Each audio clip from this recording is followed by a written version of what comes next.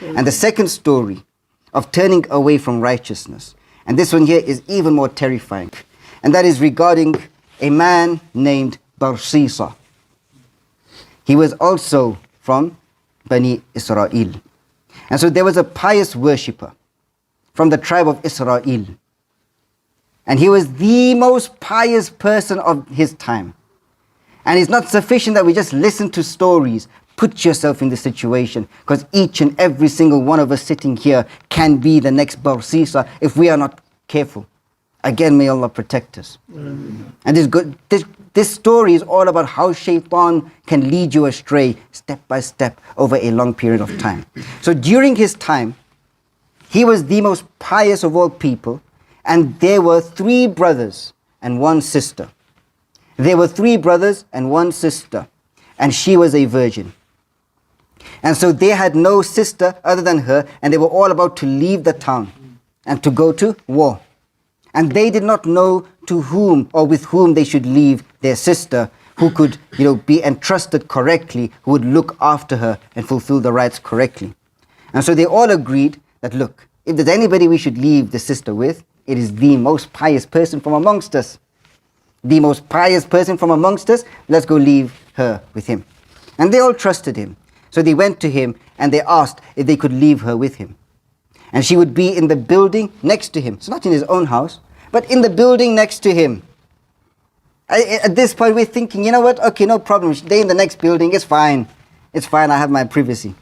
That's how we will think. So she would be in the next building next to him until they returned from the fighting. At first, he refused. Just like how, I hope so, we would all refuse. We'd say, A'udhu Billah, may Allah protect me. No ways, I'm not going to do this. It's too heavy of a amana. So at first he refused. I seek refuge in Allah, he said. And so they persisted, until he finally gave in. He was like, fine, okay, put her in the house next to my place of worship. And so they put her in that house, and they left. And they left her there.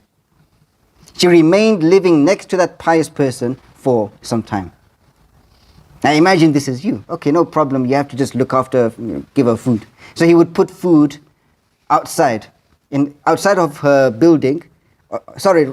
He would put food for her in front of his building. So in front of his place of worship. He would leave the food there, he would go back inside, and he would continue with his ibadah. Then, he would lock the door also, ensuring that he's safe. And then he would just continue. And then she would come out of her house when nobody, and he wasn't there. She would come, take the food and go. No problem. Now Allah, He says, regarding Adam and Hawa alayhi salam, may Allah have mercy on both of them, and may Allah send peace upon both of them, our parents. So this is not regarding Barseesa, but the ulama, they gave this ayah as an example, where Allah, He says, وَقَاسَمَهُمَا إِنِّي لَكُمَا لَمِنَ النَّاصِحِينَ. The shaitan came to them and he said, indeed, I am truly your sincere advisor. This is regarding Adam alayhi salam and Hawa alayhi salam in Jannah, when he told them to eat from the tree. But likewise, he came to Barseesa. Likewise, he can come to you. Imagine you're the next Barseesa. I'm not saying this like, just to say, oh, you're going to be sent astray. But you need to put yourself, and I need to put myself in this situation and think that we are this person so we can protect ourselves and know that this is how shaitan deceives. So shaitan approaches you softly. And he encourages you that, look, you have to treat her kindly. You have to be like Muhammad sallallahu alayhi wa sallam. وَمَا أَرْسَلْنَاكَ إِلَّا رَحْمَةً لِلْعَالَمِينَ. Be kind to the people. Not just be kind to the people. We all hear that today, right? Forget about justice.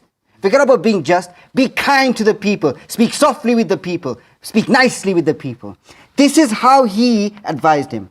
This is how shaitan will advise you. Using your own deen against you. Using your own deen against you. He told him, treat her kindly. He told him that, look, it's not good to make her come out and come all the way to your building and collect the food. Especially during the day, because then somebody else might see her. Somebody else might see her. And you and I, we would be like, okay, this is sound advice. Again, the trickery of shaitan.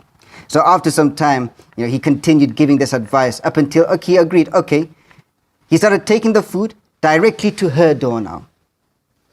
And he was like, perhaps this will be a greater reward for me. The example here is, imagine you start doing a righteous deed. It started off righteous. You had good intentions, but then over time, your intentions decayed. And shaitan started deceiving you. At first, you used to come to the masjid every single day. Yes, you had the correct intentions. But slowly, as you started to get to know the people, your intentions changed. Now you started coming to the masjid, not for Allah, but just to show your face to the people. Just to show your face to the people. And so hypocrisy replaced your ikhlas. That's just one example. May Allah protect us all from that. And so, after that, shaitan, he continued for some time to go to her door and place the food at the front of her door. And then, without speaking to her, by the way, without speaking to her, shaitan comes to him again.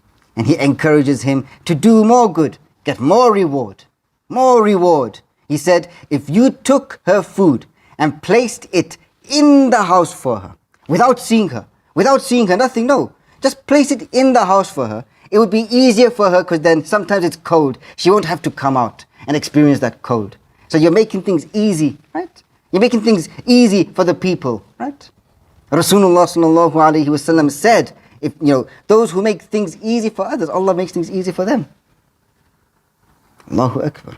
But shaitan makes us use this in the incorrect way at times. So he started doing this. He started taking the food into her house, and he continued like that for some time. I mean, this wasn't overnight. We are talking about a long period of time. Regarding the most pious person of his time.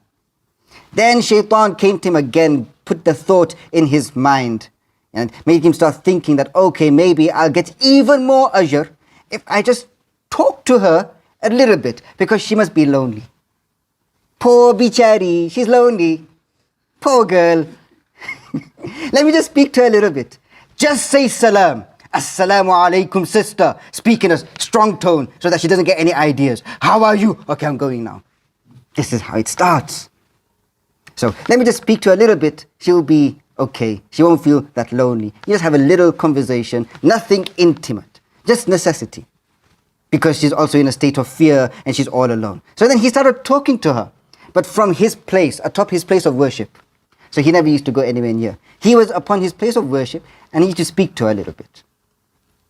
And then, and subhanAllah, at this point I'm going to interrupt. Even our sisters who listen later on, be cautious. Because you can come across the most nice, pious looking imam, yet he could be the Barseesa, yet you don't realize this. At first, everything is in place. You're looking for your halal spouse, for your righteous spouse. And you go onto one of those halal nikah apps. And it starts off respectful and suddenly they start asking you for pictures of yourself. Let me see you, sister. Let me just see you without your hair. It happens way too much. Too many of our sisters are complaining, these men are not serious. I'm on an Islamic nikah app and they're asking me to go and date them and have a one-night stand before they can decide whether I should marry you or not. Muslims! How many Barseesas do we have today? May Allah protect us. So be careful, my sisters, that no matter how innocent a person may look, be careful. Be careful, because shaitan can deceive even the best of the people. May Allah protect us. And subhanAllah. So Iblis came again and he said, look, if you were to just come down from your place, just come down from your place and talk to her while she sits at the door and talks to you. That's it. That's it. This would be better, because then at least you can have a face-to-face conversation. Body language is important, right? You have to be able to see body language. This is how it starts off, always. Allah says, وَلَا تَقْرَبُوا الزِّنَا, because this is what it leads to. May Allah protect us. And so he continued to encourage him up until he started coming down from his place of worship. He would, sit by the door and then he would talk to her. And then the sister would come out of her building and sit at her door and talk. And by the way, while it's not mentioned, do you think shaitan left her alone? Or do you think shaitan went to her and also threw waswas into her ears, trying to deceive her? May Allah protect us. So then Iblis came again and encouraged him, put the thought in his heart of great rewards for treating her well. He said, if you were to go from the door of your place of worship and sit not right inside, but just close to her door, just close to her door, that would be better, even more comforting for her. And he continued making him think this up until he gave in. So Iblis comes, he said, this time, if you enter the house and talk to her. Because sometimes it can be cold outside. Who knows? Maybe some people will come past and just chop your neck off all of a sudden and then go. So just go, be safe. Just go inside the house. The door will remain slightly open. No problem. Just go inside. Because she continues coming out. And so she's showing her face in public. So that's not supposed to be happening. So if you just go inside the house, no problem. It will be fine. Again, do you see how shaitan deceives the people? So he continued exhorting her up until he started doing this. He started entering the house. And then shaitan started his work. Rasulullah ﷺ said, no non-mahram, woman and man, should be alone together. Because the person or the one who's with them, if they are alone together, is shaitan. So this is where shaitan really started working now. So he spent the entire day talking to her. No ibadah. That day when you finally met somebody online as a potential rishta, potential person to get married to. Yeah, no problem. She wears a hijab, mashallah, all good. That day you missed your salah, you missed your fajr, you missed your dhuhr, everything you missed just because you were too busy texting her. No problem, it's still halal. We're only texting about Islam and deen. Wait, subhanallah, brothers come and tell me, oh, yeah, I'm just speaking to that sister. We're not flirting or anything, but I just want to give her da'wah. I just want to give her da'wah. You look at their Instagram, it's got women after women after women. I'm just giving da'wah to them. Yet they're not even coming to the masjid. May Allah protect us. May Allah protect us, subhanallah. Yet again, one of the deceptions of shaitan. So if you enter her house and talk to her, like he said, this will be better. And he did. And he started talking to her the entire day. When night fell, he returned to his place of worship. And then Iblis came to him. And after that, he continued to make her more appealing to him. Shaitan threw into his heart ideas that she's so beautiful. Wow. Look how appealing and attractive she is. Wow. Up until it overtook him. And then he ended up kissing her. Likewise, shaitan was going to her, doing the same waswas. And so they ended up committing zina. And so then she got pregnant. And she gave birth to a son. And then Iblis came to the worship, because it doesn't end there. If you think that zina ends when you commit the act, that's just the beginning. That's just the beginning of it. That is when everything goes downhill. So he came to this man, to Barseesa, and he said, look, do you not realize that what the brothers of the girl will do when they find out what you have done and that she has given birth to your son? You will not be safe. If your matter becomes clear, you will not be safe. So you should go and kill the boy and bury it.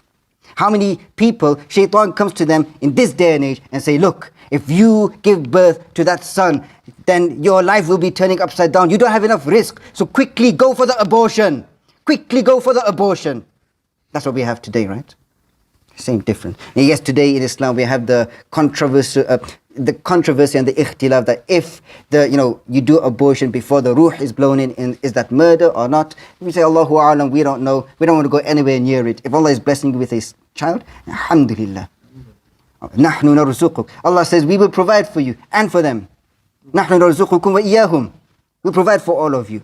So do not feel afraid when we start giving you the good news that you're going to be given a child. May Allah bless us all with righteous children. Ameen. And so that's what he did. He killed the baby and then he buried it. And then shaitan comes back. He says, oh, do you think she's going to leave you alone? She's going to tell her brothers that you killed the son and then they're going to kill you. So go and kill her too. And so he went and he killed her too. The most pious man of his time can be deceived like this. The most pious man of the entire community of his time can be deceived like this. What protects you and I?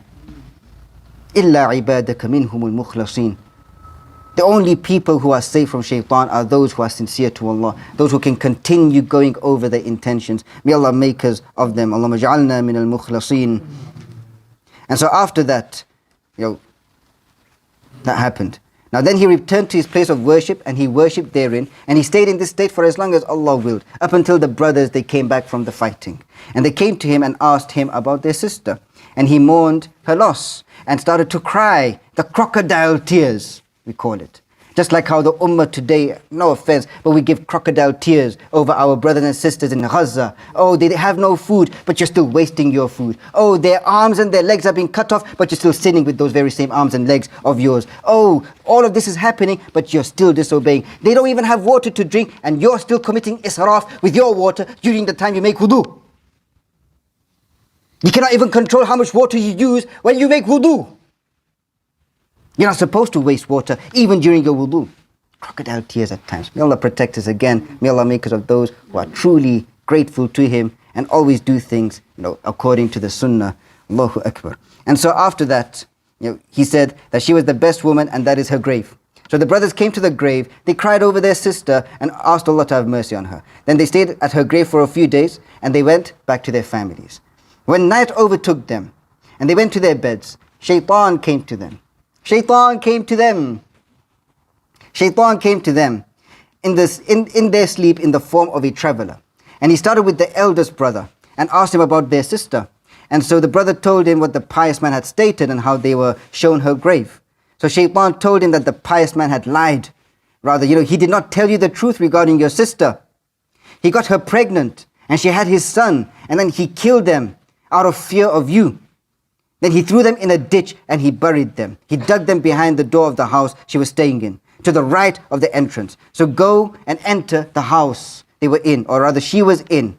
On the right of the entrance, you will find everything I told you about. Meaning that he buried, the grave that he made for the brothers, it was not where they were buried. He actually threw them in a ditch in another place. And he showed them a different grave. And so then after that, the other brothers also had this dream. And since it's been quite a long time, we're going to cut the story short quickly. So once they started discussing with one another that I've had the same dream. And they realized that they all had the same dream. So they said, let us go check. So they went and they checked in the place where they had the dream of where the bodies of the mother and the daughter, the son was. And they found their sister and the son over there. And that's when they found out. So they went and after they extracted justice. So which is why, subhanallah, Allah, He says in Surah Hashr, the likeness of Shaitan when he tells man to disbelieve. Just like how, the main part that we're actually missing here. Let's rewind a little bit. So when they found out, and they went to Barseesa, and they said that, look, we know you did it. Then they were going to kill him. And so after Shaitan went to them, rather to him, and he said, look, if you just say one thing, I will save you. Just obey me today and deny Allah just today. The one who formed you, the one who shaped you, the one who made you and gave you everything. Just deny Him just once. Just once, it's fine. Disobey Him just once. Obey me just once, disobey Him just once. It's fine. I will rescue you. I'll save you. And so then this worshipper, Barseesa, he belied Allah. He disobeyed. He committed kufr. He committed that shirk. And the moment he did, Shaitan left him saying that, I fear Allah, the Lord of the worlds. I have nothing to do with you. Shaitan himself fears Allah. He calls you to disobey Allah. He himself fears Allah. And subhanallah. And so which is why Allah, He says, or the likeness of Shaitan when he tells man to disbelieve. And then when he disbelieves, he says to him, lo, I am innocent of you. I fear Allah, Rabbul Alameen, the King of the worlds. And so that is what happens when a person turns away from righteousness. And he starts becoming complacent with his iman. He starts neglecting the fact that Shaitan has deceived many before. And one of the easiest ways of Shaitan to deceive a righteous man is with bid'ah. Because with bid'ah, you will not know that you are doing wrong. You think that you are doing good when all along you are not. May Allah protect us all from that. It's been quite a long lecture again. Again, we have another few topics, which is weakness of iman, and also hypocrisy and showing off, which could end, sort of cause us to experience the evil ending. But obviously we'll continue with that next week. And we're also nearly done with the entire topic of maut itself. So just to quickly go over our schedule, we got like 2 or 3 topics left regarding al-maut before we move on to the next big topic, which is about the qabr. And so everything that's going to happen in the qabr, the different punishments that will happen in the qabr, and how even the believers will be saved in the qabr. And it goes through a big hadith where Rasulullah ﷺ, he narrated, he told us a very long dream of his. And it's an amazing, amazing hadith. So we'll go over that, I think in 2 or 3 weeks from now. The only thing we have to cover for death is regarding, like we mentioned, those who will not experience the pain of death. before when their souls are taken, and also how the prophets of Allah, they had a choice of whether they want to stay on this life or they want to go to the akhirah. They were given this choice. After that, we'll continue with all, al-qabr. After that, once we complete the entire study on al-qabr, we will then be moving on to the minor and the major side of qiyamah. Now you'll say, why didn't we do that first and then, death and, the al-qabr, afterwards? That is because your qiyamah could start today.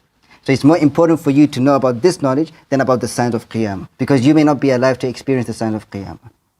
After we're done with the signs of qiyamah, then we're going to go into our next part, which is all about the destruction of this world and our resurrection on Yawm al-Qiyamah and the entirety of Judgment Day, which is a huge, huge study. There's an entire book that we're going to be going over, inshallah. May Allah put barakah in it for us and grant us the ability to learn and study and absorb as much as we can so we can perfect our preparation for that day. And then the final part of our series is all about the descriptions of Jannah and Jahannam. So we ask Allah again to put barakah. We'll keep it over there for today. Next week we'll finish off with our topic on the evil ending, and like we mentioned, the final part of death. اللهم اجعل خير أعمالنا آخرة وخير أعمالنا خواتمة واجعل خير أيامنا يوم نلقاك. اللهم زدنا ولا تنقصنا وأكرمنا ولا تهنا وأعطنا ولا تحرمنا وآرثنا ولا تؤثر علينا وارضنا وارض عنا. اللهم إنا نسألك الثبات في الأمر والعزيمة على الرشد ونسألك موجبات رحمتك وعزائم مغفرتك ونسألك شكر نعمتك وحسن عبادتك ونسألك قلبا سليما ولسانا صادقا ونسألك من خير ما تعلم ونعوذ بك من شر ما تعلم ونستغفرك لما تعلم إنك أنت علام الغيوب. وصلى الله على نبينا محمد. أقول قولي هذا سبحانك اللهم وبحمدك أشهد أن لا إله إلا أنت أستغفرك وأتوب إليك.